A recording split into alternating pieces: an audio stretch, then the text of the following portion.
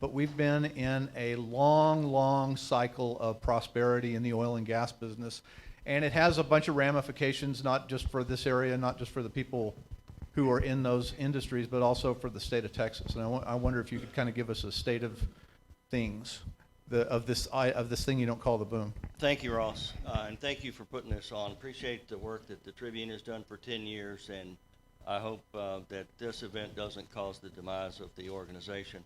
I don't like using the B word, as I call it, because after every boom is a bust, and we know, sorry about that, I don't like using the B word.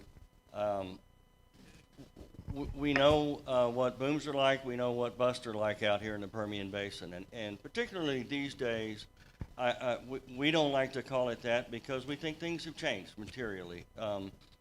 10 years ago, 15 years ago, and historically, this was the land of vertical wells, and we got pretty used to the way that model worked. It's a commodity-driven industry and subject to all types of fluctuations and impacts.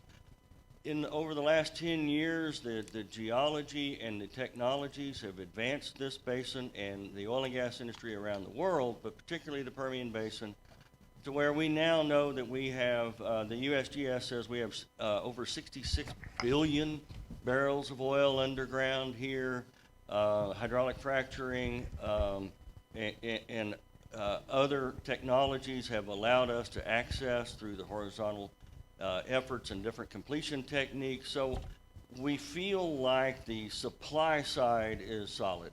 So there are going to be less fluctuations in the oil and gas business out there. So if you were writing a state budget and you were a state legislator, how much can you rely on this? You know, the legislature came in, had what most in the legislature considered a pretty successful session this way, but committed itself to some big spending, some big continuing spending on public education, on transportation, some other things, to the extent that the state relies on oil and gas and industries that are related to it. You know, how good do you feel about that? Well, I think we're in a strong position at this point in time. But Ross, as you know, and as we've known in Texas now for generations, when you're dealing with oil and gas, you're dealing with an industry that is by its very nature subject to fluctuating commodity prices. And we will continue to see that that's always going to be the nature of oil and gas, especially as you have international geopolitical factors that go into consideration. So are there going to be fluctuations? Yes. And is that going to have an impact on the state's budget? There's no question that it will be. But I think as Mr. Shepard alluded to, we don't see the fluctuations in the same way that we have historically. I don't like to use the B words either, for one reason that there is. You guys are superstitious. Well, a little bit of that. A little bit. And I was born and raised here in Odessa in the Permian Basin, where you've seen this come along, but there have been systemic changes in the way that we extract oil and gas. There have been systemic changes in the way that we go about it. You know, the days of the wildcatters, have long since passed. The way that I look at the Permian Basin now, it's more of a mining operation, the same way that you might see coal mining in West Virginia or Kentucky, back in the 30s, 40s, and 50s, where you know where the resource is, you know how to get it. It's just a matter of digging and pulling it up to the surface, and then having that subjected to whatever the price of the day is. But even with record-breaking production that we've seen in the Permian Basin in the last 2 years, it's all happened at a price that's less than $75 per barrel, which is not a record-breaking price. You know, normally when we talked about an oil boom, we were talking about that with a price in excess of $100 a barrel. We haven't come anywhere close to approaching that recently, yet we've still broken production records year after year in recent years. So there is something that's different. Will there be fluctuations? Of course, but what we do know is that if there is going to be energy production, hydrocarbon production in North America, the focal area for that production is going to be in the Permian Basin, because we have the ability to get it. We know where those hydrocarbons are. And so as long as there's production, this is going to be the epicenter of that production. So if this was less cyclical, or the cycles were less for a long time, they're not going to swing like they used to, you might think that it would be easier to build infrastructure, that it would be, because you have sustained prosperity for a long time, that the things that you work on, roads, education, workforce, all the rest, would be easier. I'm curious what the state of those things is and how things are going. You know, for the Austin version of this that we always hear, we only hear alarm bells. So, you know, we hear about potholes and roads and teachers who can't afford to live in Midland. And what's the state of things? Well, I think many of the things that you just heard combined with technology allowed us to actually see what's under the rock and caused a huge influx, as you all know better than I do, of people and entities coming in saying, we want to be part of this. And I think growth may have been envisioned, but not to the degree that we're experiencing it. I don't think anybody saw that coming. So in a very, very short amount of time, here we are doubling populations, cars on the road, people needing health care, schools are overcrowded, the whole 9 yards. And in our opinion, my companies and I, we see a small window of time to be able to maybe not get ahead of it, but to start to grow with it, grow in a smart fashion so that we can take on all these amazing opportunities that we have here. So in some respects, it's a good problem to have, but we have to be very careful that we don't let it get away from us. So I can tell you from our perspective, my companies are committed to be here for the long haul. Many of them have publicly put out 40-year plans, investment plans, to be in the Permian Basin. I've never seen anything like that before around the country or from companies, but that shows you their level of commitment. That even when prices dip a little bit, they're in it to stay. And so messaging that to folks that we want to come partner with us and invest with us has proven to be very, very critical. So when we're talking about building affordable homes, for example, we are trying very hard to message to developers, build, and we're going to be here. In fact, we're going to grow. So partner with us and let's expand in a very smart way. So where are you in that? I mean, this non-B word has been going on for a long time. We've been, prosperous for it. You've got me trapped, Shepard. You've got me, this has been prosperous for a long time. And the old pattern was when you have money, build stuff, and when you don't have money, don't build stuff. And if you can sustain it for a while, which we have, and, are you seeing areas like Midland, Odessa, like South Texas adapting and getting the things in place for the influx of workers, for the influx of service employees, teachers, cops, all of that stuff? Where are you? We are starting to see change along those lines, exactly. I mean, it's difficult. Having been through, many of you and people in the basin have been here for 30, 40 years, you're right, the instinct is to, when prices start to dip, to stop growing. And we are trying to encourage communities, certainly Midland, Odessa, and other people, this is the time when we should be growing.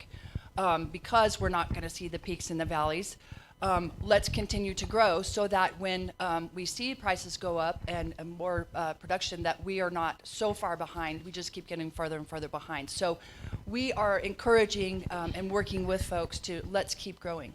Where do you see the biggest needs right now? I mean, what areas? I mean, I know you've got 4 or 5 areas that you concentrate on. Are there some particular, if you were doing a triage list, you're doing a punch list, where would you start? Or where are you starting? I get asked this question all the time, as you can imagine, and I know you really want me to name 1, 2, 3, but I can't do that because in every place across the basin, it differs a little bit. So from southeast New Mexico, their urgent needs look a little bit different than we do here in Odessa and Midland and in West Texas. I can tell you this, though. When it comes to recruiting and retaining top talent, education is the #1 thing that my companies are asked is, what does your education system look like in the Permian Basin? We don't want to know quality. Is there room for my kids? Are teachers allowed to expand on their skills? So education is something that rings true throughout as a top retention tool. And what's the state of it? I mean, what does it need? I think we've got some work to do. I think anybody, the school district, would tell you that too. The good news is what I've seen that I haven't seen anywhere else in the country is this willingness to partner and say, we're not going to pretend we have the answers. We're open to new things to help make our total system better. Partnerships that I think are unprecedented that we're doing here that maybe don't get talked about a lot is going to prove to be very, very important. And we would suggest as PSP that it already has, but we've got a long way to go. This is things like the idea schools, and can you talk about that a little bit? Sure. So our very first project that the Permian Strategic Partnership funded was we are one of many partners to help fund idea schools. So 7 charter school campuses across Midland, Odessa area will be coming in the years to come. IDEA has an impeccable reputation in South Texas where they took what we would call a low-performing area and flipped it upside down and is now one of the top-performing school districts anywhere, not only in the state of Texas, but you could argue in the country. And they've done this in multiple states and in many areas. And what we've noticed, and why one of the reasons why we were excited to partner on this project, is because what happened is, while IDEA schools and their graduation rate is in the high 90s, what happened was surrounding school districts' performance went up. Because they wanted to meet that standard that IDEA was providing too. And so the entire community, whether or not your child goes to one of these charter schools or not, we believe, and the data would show that everybody's going to benefit from it. So 7 charter school campuses across Midland, Odessa area, 14 schools. That's great. So more of that to come. Are you looking for other partners as you go, or are you just going to kind of see how this one goes and next step? Well, I'm never going to say we don't want more partners because we are always looking for more partners. But we do have at least this phase of the project fully funded. Now, when it comes to implementation, there's no doubt there's going to be things along the way that maybe we didn't notice or ideas didn't. So there's plenty of opportunity. Yeah. Mr. Shepard. Let me just kind of follow on and see if I can try to emphasize the importance of work that the PSP and other groups are doing, along with our legislative leaders. Just to put it in context, and everybody knows this, but about 10 years ago, we were producing less than a million barrels a day. Today, we're producing about 4.5. If you include New Mexico, it's 5.5. The projections are that we're going to continue to grow, although some estimates have us going to 8 million a day by 2023. That might be a little optimistic, but I think most people in this room are aware, and they know people that have been laid off this year. I mean, there's been a whole lot of pain in the independent sector with the private equity squeeze and things like that. A lot of companies have lost a lot of their value, so we've seen some layoffs this year. But because of the forward thinking that's going on in Odessa and Midland, and with additional groups and horsepower put towards this effort, you are seeing companies doing 10-year, 20-year, 30, 40-year plans, so that this kind of bump in the road in $50, $48 oil, and fortunately it's up now a little bit, but I think you can't overemphasize the importance of the planning that's going on and the collaborative efforts. Okay. Mr. Landgraf, I'm curious what this looks like from the state standpoint. What do you, as a policymaker, what do you have to do in Austin to kind of keep things rolling out here?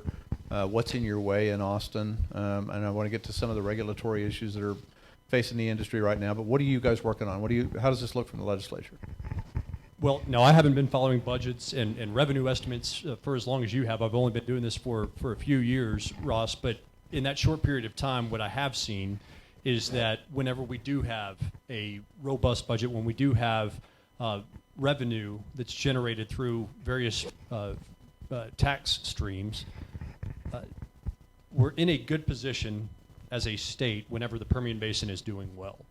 So take 2019, for example, when we're working on the budget earlier this year for the next 2 years, and we have enough money in the state's coffers, according to our projections, to add $9 billion to public education.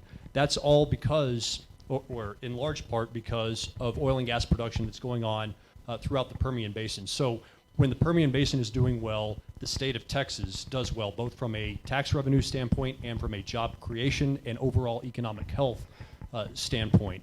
And so that's absolutely very important, and that kind of gets back to the first question that you asked about how important this is to the budget process for the state.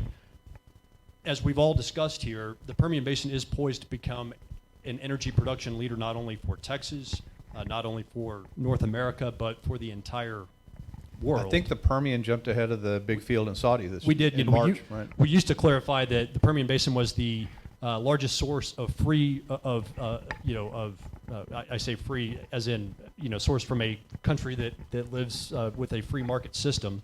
But now we don't even have to have that qualifier anymore. We're just the largest single source of oil in the entire world. Now, since we are poised to be that global leader, what we have to do, we know that the Permian Basin is a great place to work. You can get great high-paying jobs working in the oil and gas industry or some related industry. What we have to be a global leader is not only a good place to work, we also have to have communities that are good places to live, that are good places to raise families. And I think that's what Tracy and the Permian Strategic Partnership are talking about. And the private sector has really stepped up to put their money where their mouth is to help do that. I think the state has to use that blueprint and make a similar investment so that we have safer roads. We talk about safety in this industry, but the most dangerous part of a job for anybody who works in the oil field that is in many ways an inherently dangerous industry. I mean, a roustabout working on a rig in Ward County is doing some pretty dangerous work, right, with moving machinery kind of in a remote location. Right. But the most difficult and dangerous part of that job is driving from his or her house to the rig every day on public roads in the Permian Basin. So that is, we have to make an investment in that transportation infrastructure, but that roustabout or that roughneck's children have to have good places to go to school. They have to have access to trauma care services in the event that they do have some sort of automobile accident. And there needs to be affordable housing. Now, that's not necessarily a government issue, but that's definitely part of the equation that we have to look at. And so I think the state has to make that investment the same way that industry is doing. So you and Tom Craddock had a stab at that fell short this last time. I guess you'll be back with that. Was it the Grow Texas Fund?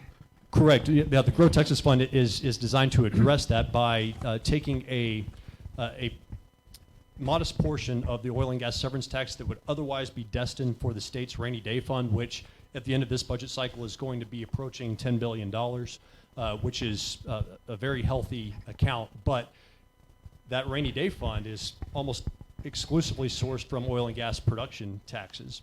If we want to continue to fill the state's coffers in that way, we have to protect the source of that revenue, and that is having infrastructure in place, having strong communities in the oil patch that can support a thriving oil and gas industry. So the way that I look at it, and I think the way that most people here in the Permian Basin look at it, is in so many ways, oil and gas accounts for about 30% of the state's gross, or the gross state product.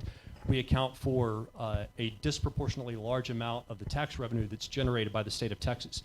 In so many ways, the oil and gas industry, and specifically the Permian Basin, is the goose that lays the golden egg for the state of Texas.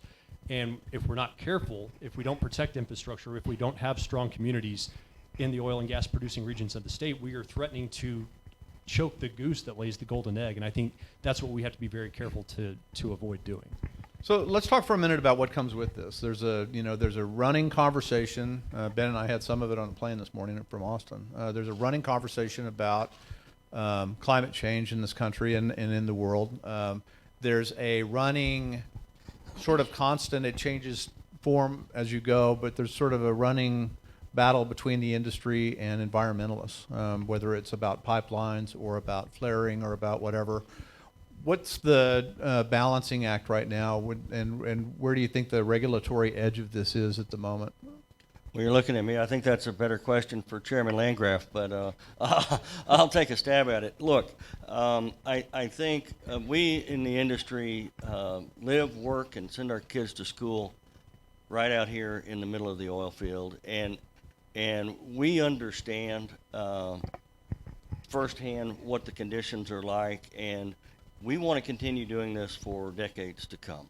So I think whether you're based here or you're based in Houston or Dallas or somewhere else, the industry, by and large, has come to realize over the last several years that we have to do a better job of taking care of the environment, taking care of our people and everything else. Safety is a huge part of that. So I think what you've seen in the last several years is almost all of the large independents and majors have entered into, have added resources to their staffs and entered into agreements to formulate better sustainability efforts, and they formed partnerships, and they put tens of millions of dollars into technology to reduce methane emissions, to reduce CO2, to reduce flaring. And I think there is no question that train has left the station. The industry is on board, and you're going to see those efforts continue to increase. And I think that the environment and the energy industry can coexist very peacefully. Are they talking? I mean, is there a conversation, or is it still? There is, but I'll tell you, the worst thing this industry does is talk about the positive things that we do, whether it's our contributions economically, or if it's our technological advancements, or the good things that we are doing. I think historically, industry, Company X doesn't talk to Company Y because of trade secrets, and we don't want them to get ahead of us, or you know, our shareholders might jump ship, or this, that, or the other. You know, so right now there's been a complete change, if you will, of very visible conversations going on, and we continue to need to do a better job messaging. And groups like ours are going to be focusing increasingly on that this year, 2020 and beyond. So one of the regulatory things that's going on right now is a conversation, an ongoing conversation, I guess case by case, Railroad Commission and elsewhere, on flaring, where natural gas prices are low, pipeline capacity is behind production, and you're burning off a lot of gas. And there's starting to be enough of a conversation around this. You know, we have an oil pipeline company suing an oil company now with, you know, cats fighting dogs, dogs fighting cats. So what's the, you know, resolution to that? Let's start there. We'll kind of unpack these one at a time. Well, sure. Well, I think it's important to start by noting that as a policymaker, the position that I have and what I think the state of Texas needs to maintain as far as a regulatory approach to this industry and to continued production is that we need to have policies in place, and I think we certainly are already on this path, but we need to be able to safely and efficiently produce oil and gas and be able to deliver it to market along with its derivative products. And so I think, you know, there's always a balance to be struck there to be able to have that efficient and safe production and to do it in a meaningful way.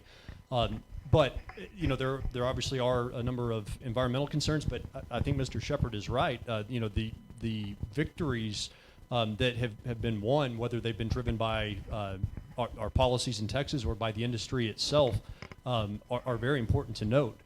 You know, we've had an overall decrease in carbon emissions in the United States in recent years, and one reason why is because of the replacement of natural gas, of coal with natural gas. We're using natural gas at a higher rate than we are burning coal, which has much higher emissions rates. You know, West Texas and the Permian Basin have long been considered to be the Saudi Arabia of natural gas production. So we have the ability to continue to reduce carbon emissions in the United States because of a natural resource that we have right here in the Permian Basin.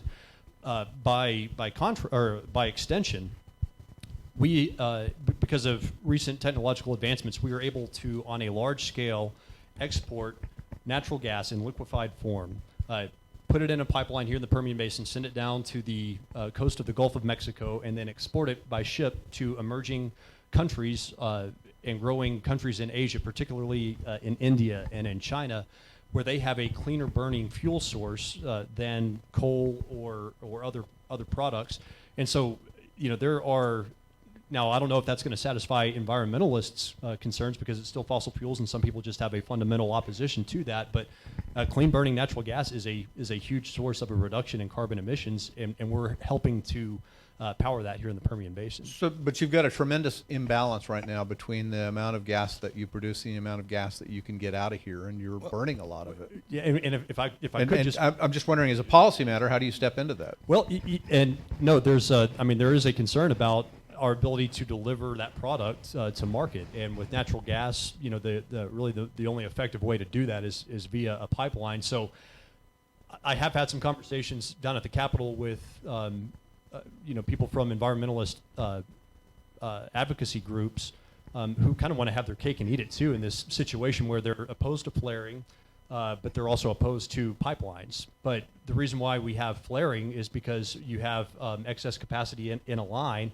and because of safety considerations and pressurized pipelines, the only safe alternative is to flare that natural gas. So if you want to reduce flaring, the best way to do that is to allow more pipeline capacity to allow that product to get to market, and then you reduce the pressure on the existing lines. So, it's a situation where, I think we have to do it smart, and that's the efficient and safe way to deliver natural gas, which again is a cleaner burning fuel source. So I think we just need to, take a step back and look at this in a smart way, and realize that there might be a better policy to pursue that's going to help protect the environment, but then also make the delivery mechanism safer in the process. How much of that is a public sector solution, and how much of it's a private? I mean, the private sector is going to build the pipelines if they're built and all of that Right. kind of stuff. How much of this is a regulatory, legislative issue? I think it's predominantly a private sector issue as far as the investments that are going to go into those pipelines. But we have to be sure that we don't allow the public sector to get in the way of that development. Ms. Bentley, when you're doing what you're doing, how much of the things in your way or the things that are helping you are coming from Austin, and how much of it is this is just a local thing that you're doing? Local being the bigger Permian Basin all the way to New Mexico. I would say that by and large, we are a community-facing organization by design. That is where we think the real change is going to happen. We certainly value our partnerships with the state of Texas and the legislator and the governor, as well as some thought leaders in Washington, D.C. We think this is an all-hands-on-deck approach, but we also believe the most important and the real change is going to come right here in our own community with our own solutions. Having said that, Brooks mentioned something that is so important that we spend a lot of time messaging in Santa Fe, in Austin, and in Washington, D.C. on the world, as it was pointed out, and the United States and both states are heavily reliant on what goes on right here in the Permian Basin. And you cannot expect the same outcome if you do not reinvest in the machine that is driving your economy. And we would argue that the Permian Basin has not seen the level of reinvestment anywhere near what it should have been by our state and federal governments. And so efforts like what Brooks has led, along with Representative Craddock, what we're trying to get Washington, D.C. to understand is you're not going to see this unless you reinvest with us. So it's not our problem, it's our problem. So to that degree, partnerships become very, very important. So specifically, I know you don't have a list, and I won't try that one again. But you have some things to do here, and if you're looking for money, what are you looking for money for? Is it primarily when you're looking to government for money? Are you looking to roads? Are you looking at education? You're looking at a specific infrastructure need when you're talking about Washington and Austin and Santa Fe? We do, and you hit the nail on the head when you said roads. So if you take the top 10 priorities for the Texas Department of Transportation, and you take the top 10 for the same in New Mexico, you add it all up, and we're looking at easy a $50 billion, just the top 10 in each state. So obviously, that's more than private sector and what we can chew as a community, and we shouldn't have to. Because it is a reinvestment in the country's infrastructure and in the economy. And so this is where we partner with TxDOT, who, by the way, has been an amazing partner for us. You all saw the announcement where PSP and Brooks and others partnered to get $660 million coming right back to the Permian that otherwise just would not have happened, because Governor Abbott and the commission understood the messaging. Wow, we better do something out there. And that's not a cure-all. That's hopefully a drop in the bucket to what we are going to see. But we really need to look out in the Permian and help with the infrastructure. So roads is a place where we view state and federal government as very appropriate, and they should be one of our larger partners.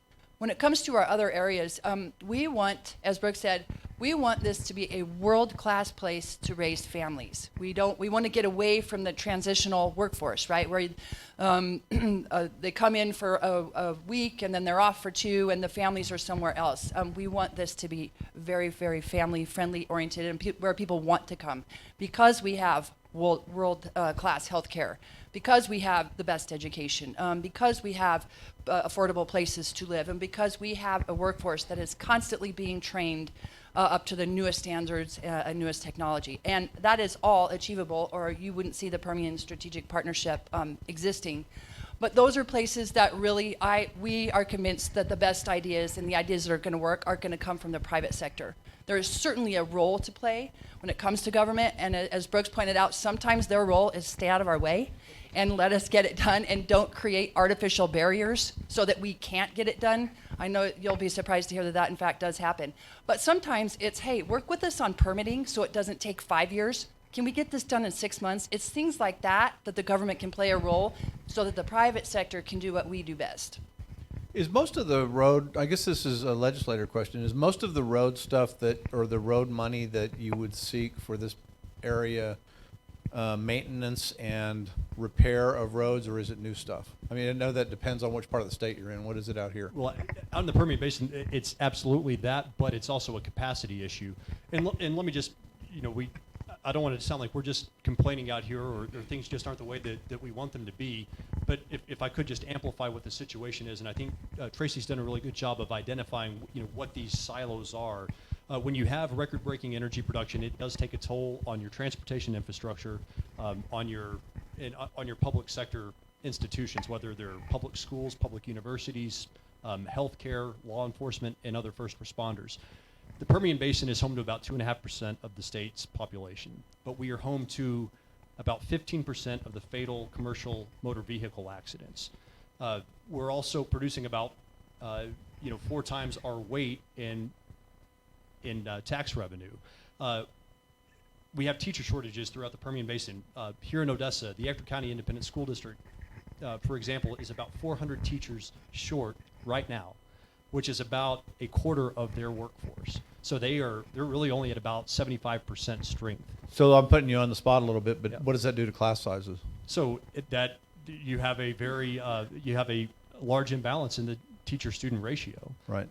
And that's something that, and I have to give our educators and the leaders in the school district a lot of credit for doing everything that they can to overcome that challenge, but that is a challenge that they are having to constantly work with. And the reason why is that you have a high cost of living in an energy-producing area, which makes it difficult to recruit and retain teachers with an ever-growing classroom population. So you have more students coming in, but fewer teachers because it's more difficult to live. And that's why the Grow Texas Fund that we've been working on and will continue to work on addresses transportation as a big piece, public education as another piece, and then healthcare, higher education, and first responders, so that those professions that are absolutely vital to the success of a community, but aren't necessarily directly linked to the oil and gas industry, we need to make sure that those jobs pay a competitive wage so that we can continue to be the economic engine for the state of Texas, that we can continue to be the source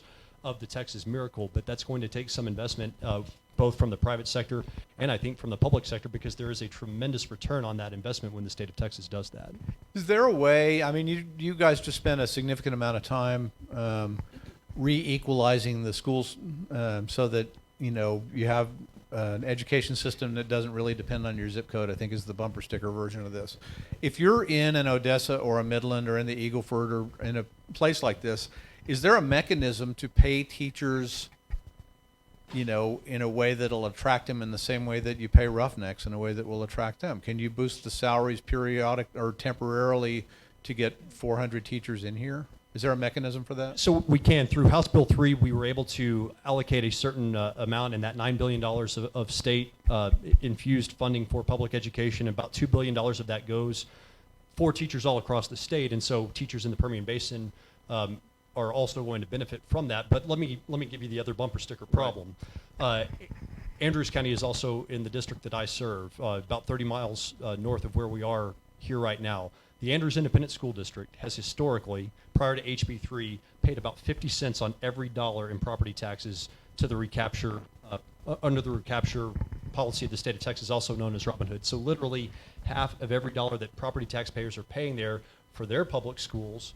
And by the way, they also have a teacher shortage. So it's hard for them to address the teacher salary issue when they're having to literally export half of their revenue to Austin for redistribution to other parts of the state. So the problem is we have a one-size-fits-all policy for the state of Texas that is that doesn't take into consideration the specific economic factors in different communities. So while Andrews, although they have a fantastic school district and are meeting these challenges in an incredible way, the state of Texas is not making their job easier, because while they do need to address a teacher shortage, while they do need to have competitive salaries for their teachers and other educators, the state of Texas, through our policies, particularly the Robin Hood policy, we're figuratively tying their hands behind their back in their ability to do that. And that's just one example. That's happening in every school district throughout the Permian Basin. So let me flip that question.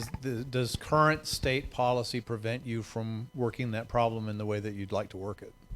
Yes, it does, because the current state policy, now, although under HB3 we were able to reduce Robin Hood by 47% statewide, Right. and we were able to make some improvements in that area. My goal was to eradicate it entirely. I'll take a 47% cut, and I'll come back for more later. But the issue is that we need to allow local school districts to be able to address the problems that are confronting them in a very specific way without the state making their job more difficult. Yeah. in On process. the industry side, Mr. Shepard, is it? I guess you have these same problems, but you also have the ability to, if there's a shortage of labor, you can raise prices, you can raise salaries, you can raise wages. What's the hardest? What are the impediments to getting the people out here that you need to run the Permian Basin? And, Well, and, I mean, I'll and do you echo have the what- workforce that you need? What Tracy said, I mean, one of the big challenges you have is for, yes, we can pay more salaries. We have that flexibility the state and school districts don't have, but it's the quality of life. What are the schools like? Can I raise? It's a value question. Does somebody want to move from Houston, Dallas, Austin, somewhere else to here? And are they going to get the same quality of schools? Are they going to get the same kind of experience? And it's, we raised our little daughter out here, and we had a pretty good time with it. Very proud of it. But it's a challenge now that the populations have grown exponentially in both communities and around the basin. It continues to be a challenge. So it's education, it's health care. We all know that we've made dramatic improvements over the last few years in healthcare out here, but we have a long way to go. So it's those quality of life issues that make it sometimes difficult, even with higher salaries, to attract people to come out here and to stay. And that's the key. We want them to stay. We want them to put down roots and build a community in the future. Okay, I have a weird left field question, and then in a minute I'm going to open this to audience questions. There's a microphone over here, so if you want to ask a question, just line up. When you get up there, we love questions. We hate speeches, and I'm stern, so I'll be a jerk about it. So I'm curious about the next census, because we're going to have this thing happen where we get a census, we get a count of how many people are out here, how many people are everywhere else. It determines all of these things. It determines where your federal highway money goes. It determines your representation in Congress, in the state legislature, all of these kinds of things. And I'm curious, this is a little, like I said, it's a little bit from left field, but what are you three doing and worried about when it comes to getting a body count out here and a resources count out here, and then having representation for West Texas, both at the national and the state level? Well, I cannot emphasize the importance of this census enough. I can't think of anywhere in the country where, honestly, it matters more than right here in the Permian Basin. I didn't know, and I feel like our challenge is to let people know that you need to be counted in the Permian if this is where you spend 51% of your time, right? I didn't know that, and I feel like a lot of our workforce does not know that. And so while they call home a different city or sometimes a different state, they in fact spend a lot more than 51% of their time here, so they need to be counted on our records. I heard a statistic the other day where for every person that is counted here, that's an additional $2,500 per person per year that will come back in some sort of funding. And just think about that. Think of how many, probably hundreds of thousands, but a lot of people we know are here 51% of the time. They're not being counted. And the resources that will bring to the area, it's incredible. So for that reason alone, but second of all, when it does come to representation, right, there are parts of the Permian Basin who, if there is a proper count, they will get another voice in decision-making bodies where we one could argue we strongly need, and certainly we deserve it. And so those are the two reasons why my companies, I think you will find us, we don't have a definitive plan yet, but you're going to find PSP and my member companies step up to help this effort. When you're in the legislature, the first form this takes is redistricting. Just in a general sense, do you have a feeling about whether your district's going to have to get geographically bigger or stay about the same size? Or, how's West Texas doing relative to the rest of the state? How's that going to influence representation? Well, the House Redistricting Committee, Chairman King, have released some fairly recent numbers, I think based on some population estimates with various census data have shown, and I think this is only as recent as 2017, but it shows that the Permian Basin, of course, has grown significantly, especially relative to other parts of West Texas. Right. So if you break that down on a Texas State House district basis, Speaker Craddock's district has seen a great deal of population growth. So have the 4 counties that I serve. And so there actually may be, if based on that data alone, now things obviously can change moving into 2020, but it looks like we may hold serve or maybe even lose a county or two, which would help make up for some other districts that have lost some population here in West Texas. But we are already, and this is always startling every time I mention this out here in West Texas, but if you draw a line from Interstate 35 west to the El Paso County line, out of 150 members of the Texas House of Representatives, only 16 of us represent that entire geographic swath of Texas, which is more than half of the state. And so 16 voices, that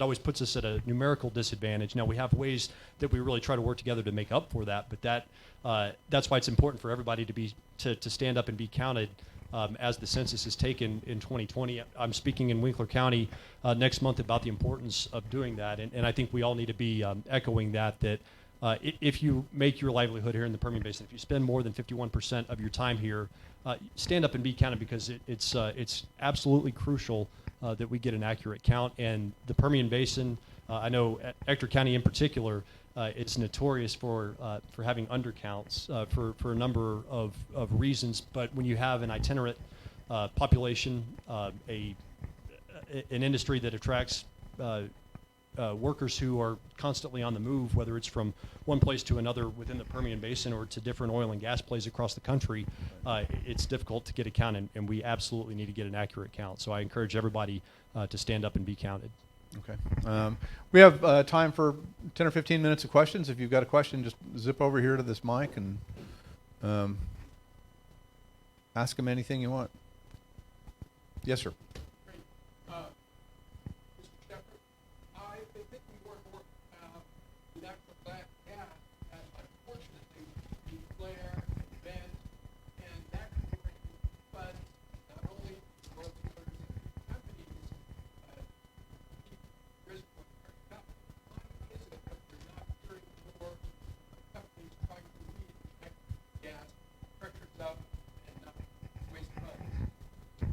So if you couldn't hear the question, it's basically, what are we doing since we don't have pipelines yet, can we somehow store the gas that we've got? Well, the reinjection question, so the question was basically what are we doing about flaring, and are there good uses for the gas, whether they be for revenue generation or reuse in repressuring zones. I think on a company by company basis, different people are putting more emphasis on that. There's not that I'm aware of, there's not yet been identified a one-size-fits-all approach. First of all, nobody in industry wants to flare, right? We recognize the challenges. That's not why we're in the business. We know the image that creates for us. We know all of the things that go along with that. We're in the business to produce a product and sell it for the betterment of the world. And so, as you're well aware, obviously, the growth in the oil sector driven out here far outstripped our infrastructure. And so while there's been billions and billions of dollars invested in oil and gas pipelines, in oil pipelines, the gas gathering systems have been a little slower to catch up. But people are looking at creative. They're looking at cogeneration of electricity, on location and field wide to try to find uses for this. And you're going to see an increasing emphasis on this. You're welcome. Yes, sir. If I may, just in fact, one major company, I'm hesitant to throw out a name right now, but a major company you've all heard of has announced earlier this year that they're not going to, and they're a major driller, they are not going to complete a well until they have pipeline connections secured. You're going to see more and more proactive efforts like that from our industry. Yes, sir. Well, I could ask several of you many questions about the environment, venting, illegal venting, exemptions for flaring, and so forth. All the impacts which that the U.S. suffers because of petroleum industry. But let me just point to one problem. I'd like all three of you to address this because it affects everybody. We're in a boom now, but the next bust is coming probably soon. And you may not believe in a boom or a bust, but it will happen. And what's happening is the lack of capital investment in the oil industry. Investment is decreasing because people who have money, who invest in things, understand that the problems with oil and gas are so bad. If you could get to your question. Yeah, the question is, with new methods of electricity storing, all engineers in the world are working on this problem.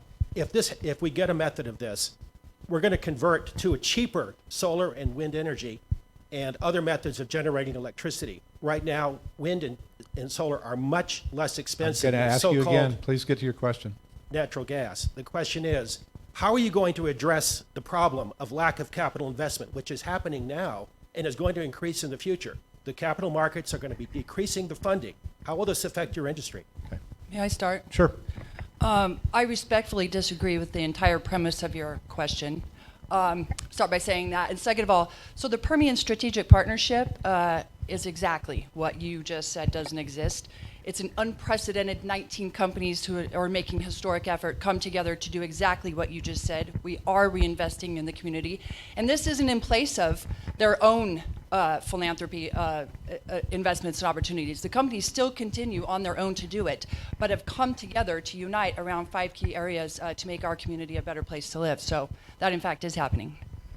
Mr. Landgraf. One thing, in case this is the last chance I have to talk, thank you to you, Ross, and the Texas Tribune for being out here and letting these West Texas voices to be heard. Also want to thank Odessa College, as you did earlier, but I always like to mention that we are on the campus of a perennial top 5 community colleges, a perennial top 5 community college in the entire United States. We're very proud of Odessa College. They make a big impact in our community, in our region, but more importantly, they transform the lives of their students in a very real and meaningful way.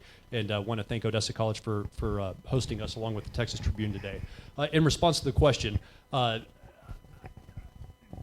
I'm not in the industry, so I do represent a lot of people who are very directly tied and make their livelihood in the industry, but I also represent people right here in the Permian Basin where we have solar farms that are going up that are in the shadows of pump jacks, that are in the shadows of wind turbines. We have wind, we have solar. Look, if you want energy, the Permian Basin is the place to be, no matter what form it takes. And there are oil and gas operators. One in particular, Occidental Petroleum, just has opened a very large-scale solar farm right here in Ector County. So I think you are seeing a difference there. I think we are going to continue to move to battery storage. There are going to be the world's population is growing. We need to find different ways to meet the energy demands of that growing population. And I think the Permian Basin is being very innovative in doing that on several different fronts. Well, I'll agree with everything that was said. I disagree with your premise rather strenuously as well, and I think it's quite unlikely that you're going to see the oil and gas industry disappear anytime soon. If we were to do away with it right away, you'd plunge significant portions of the earth into areas with no electricity at all. You have to consider the impacts and the positive things that we do worldwide for folks that today cook with wood stoves and so on for heating and other purposes. So the demand is going to continue to grow for energy sources of all kinds. And I don't think you're going to see, I think while certainly there are activist investors and people asking really tough questions of publicly traded companies. I don't think what you're seeing right now, and potentially, or in actual reduction in investment, is a result of people being overly discouraged with the industry. I think, frankly, what they're looking for is better rates of return, and so that's why people invest. So, I think the oil and gas industry is here to stay, and I think I would hope you would take some comfort in recognizing that there are billions of dollars going into research and development to improve our environmental actions and impacts. I think we got time for 2 more quick questions. Yes, sir.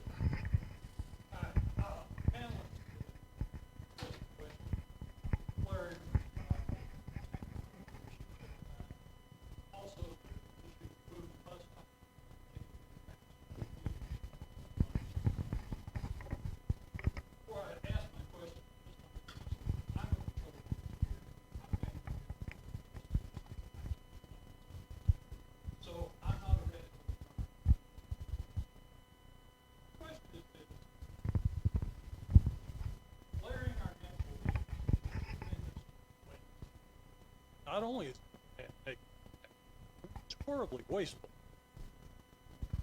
why hasn't the Railroad Commission and other Texas agencies taken more of a stand to restrict flaring until the necessary infrastructure, gathering systems, gas plants, markets, etc., are in place to make use of that gas?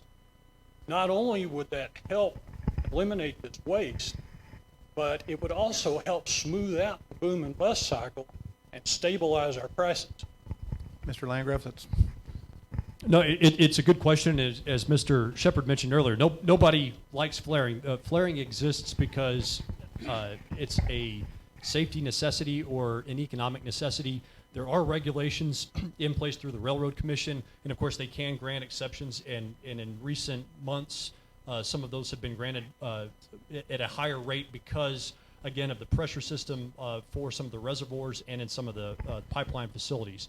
I will say this, I share the concern that you have. In 2017, during my second session in the legislature, I worked on the Energy Resources Committee to pass legislation that's in effect now and is slowly beginning to make a difference. But what it does is it takes the Texas Emissions Reduction Plan, also known as TERP, which has about $1 billion in it. That money is in place because of a deal that the state of Texas made with the EPA many years ago. Let me be very brief with this. What it does is it allows natural gas derived fuels, whether it's LPG, CNG, or liquefied natural gas, to be used in state fleet vehicles or school buses or other government vehicles, so that we can put that natural gas to a greater use than just venting it or flaring it, with the hopes that as those fleet vehicles run on those types of fuels, then that will proliferate fueling stations and other private sector vehicles. So that's what we've done. It's a small step, and I think as time goes by, you're going to see that catch on a little bit more. But that's one way that we've tried to address this. Has Texas been too liberal with its permits for flaring? Have they allowed more flaring than they might ought to have? Again, and maybe Mr. Shepard can answer the question better. I think when it's a safety issue, I mean, we want to do everything that we can to avoid explosions. Flaring and venting are not preferred practices, but sometimes they are simply necessary from a safety standpoint. Are they necessary at the level that they've been permitted?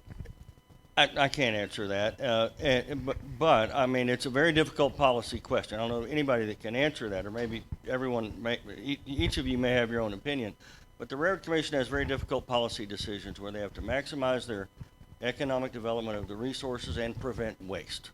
So those two statutory mandates sometimes need a little massaging to find the sweet spot. And I think when you've seen the rapid, I mean, look, we have quadrupled our production of oil in the last 10 years. So it's physically I mean, I don't want to say that it's impossible, but it certainly has been extremely difficult to get the infrastructure to catch up, whether we're talking about natural gas gathering, whether we're talking about roads, schools. We're busting at the seams out here. So I think the Railroad Commission, I can't speak for their decision. There are 3 statewide elected officials that have a body of law they have to operate under. they have some very difficult questions they have to answer for the betterment of the state. Okay, yes, ma'am. Got time for one quick question. Thank you all for coming. Good to see you again.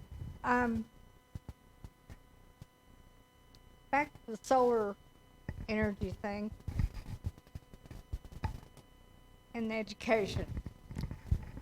UTPB, they're accepting 40 undergraduates in the nursing program, the RN to BSN, and all of it's online. So you don't have the classroom issue like you have. My question, the one-size-fit-all thing don't work. We all know that. If technology education is going online, you know, distance education, how can we not figure out how to make the electricity, you know, whether it's solar or wind, work? Because especially graduate people, if you can't post your assignment, you can't get it online to go to class, and your school is 300 miles away, it's not like you can hop out, run down there and get it. So I know the 20, 30, 50-year plan, how can we help accommodate that? You know, So how can you get those education services and things like that Yeah. out there faster? Is that Right. fair way? Yeah. One thing that we did in the legislature during this session, we had it was really a transformational session for eliminating a lot of the red tape that that has been in place for broadband access, particularly in rural areas. So you know, it's important for education, but it's also important for telemedicine, which is becoming increasingly important in the oil patch. So broadband access is very important for Texans who don't live in big cities or major metropolitan areas or even medium-sized cities. And so getting that access to them has been very important, and we've eliminated the red tape to improve that access. And very proud of doing that. and back to the roads, you know, I mean, the overpopulation and our poor roads, I mean, not only do they tear up the roads, but they jerk down the power line. I think they're working on it. Yeah, we have $2 billion that is going to the Odessa TxDOT district, which covers the 12 counties in the Permian Basin. That's an unprecedented amount, thanks in part to the Permian Strategic Partnership and others. Here in the Permian Basin, we spoke with one voice to make sure that transportation funding is a priority for the Permian Basin. We have more than we've ever had before. Now we just have to put it to its highest use possible, and that's to build out our infrastructure, and we're working to do that. I'm going to have to call it on that note. We're out of time. Tracy Bentley, Brooks Landgraf, Ben Shepard, thank you very much for being up here.